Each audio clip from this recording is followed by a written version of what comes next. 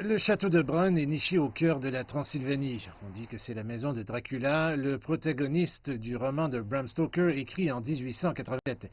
Il raconte l'histoire d'un vampire, le comte Dracula, et sa tentative de déménager de Transylvanie en Angleterre pour trouver du sang. Dracula a fait l'objet de nombreux films et émissions de télévision. Le château attire des milliers de touristes chaque année, mais avec la pandémie de coronavirus, le nombre de visiteurs est tombé à environ 200 personnes chaque jour.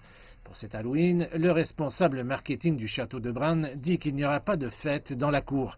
Les visiteurs ne sont autorisés à visiter le château qu'en respectant les restrictions relatives au coronavirus. Well, to be honest with you, 2020 has brought some changes in regard to the preps. Pour être honnête avec vous, 2020 a apporté quelques changements en ce qui concerne les préparatifs d'Halloween. Nous avons décidé immédiatement que toute décoration qui a à voir avec le coronavirus est interdite cette année. Nous avons donc abandonné les squelettes et toutes sortes de dessins de morts et tout le reste.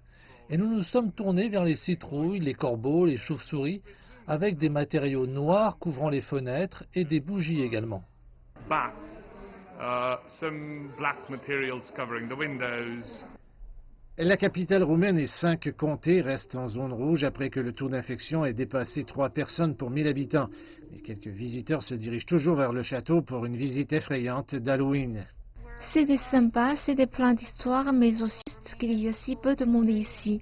Nous sommes désolés de voir cela dans une si belle partie de la Roumanie, si pleine d'histoires et de signification pour nous en tant que Roumains, qu'il y a très peu de visiteurs à cause de la situation, mais nous avons apprécié.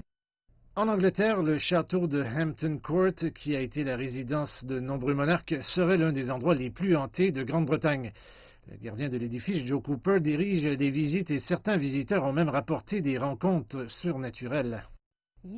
Il y a des années, lors de 2 visites distinctes éclairées à la lanterne, 2 dames, lorsqu'elles sont entrées dans la galerie, se sont littéralement effondrées là où nous nous trouvons en ce moment, comme si elles étaient entrées dans un congélateur et ensuite elles se sont senties comme si elles avaient été frappées. Et puis tout s'est assombri lorsqu'elles sont tombées au sol. À l'époque victorienne, une femme âgée appelée Lady Hildyard vivait dans un appartement ici. Elle a été régulièrement dérangée par 2 apparitions masculines et a entendu des coups inexpliqués à son domicile. Plus tard, lorsque le bâtiment a subi des travaux d'entretien sur le système de drainage, 2 squelettes mâles ont été découverts sous les dalles de Fountain Court à proximité. Les études les datent de la fin des années 1600, à peu près à l'époque d'un accident catastrophique lors de la construction d'une nouvelle section du palais qui a tué 2. Eh bien, il y a une fin heureuse à cette histoire, parce qu'après avoir été étudiés, les 2 squelettes ont reçu un enterrement approprié dans l'église St. Mary à Hampton. Et Lady Hildyard, jusqu'à la toute fin de sa vie, n'a jamais été dérangée par ces messieurs. Plus jamais. Alors, qu'en est-il des gens qui travaillent au château maintenant? On suit la visite d'une autre créature mondaine. Cooper a sa propre histoire. Un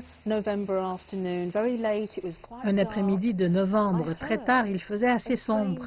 J'ai entendu un bruit de claquement étrange provenant d'une armoire qui était toujours fermée, un peu comme ceci.